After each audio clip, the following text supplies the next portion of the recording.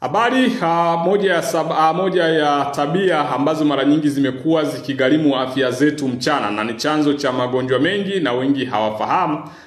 Tabia namba moja tunasema ni ile ambayo tunasema ni kutokula kwa wakati au kutokuwa na muda maalum wa kula. Moja ya changamoto kubwa ambayo imekuwa ikitugharimu, imekuwa ikigharimu afya zetu, imekuwa ikigharimu afya ya watu wengi. Na ni changamoto gani inayokuja hapa? Unajua, unapochelewa kula au unapokosa muda maalum wa kula, huwa inapelekea asidi kumwagika tumboni. Asidi kishamwagika tumboni, huwa inapelekea kutengeneza vidonda kwenye kuta zako za tumbo.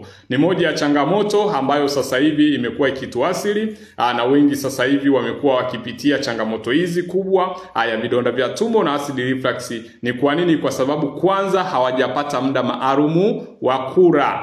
Tenga muda maalum wa kula. Lakini namba mbili ni kukaa na njaa kwa muda mrefu. Unakaa na njaa kwa muda mrefu, na wengi wanakuwa wakijisikia poa tu, haina shida. Ndugu yangu, unapokaa na njaa kwa muda mrefu, unakuwa unaharibu tumbo lako bila wewe kufahamu. Kwa hiyo ndugu yangu, acha tabia hizi. Tumbo lako lisikae tupu kwa muda mrefu. Lakini pia kuwa na muda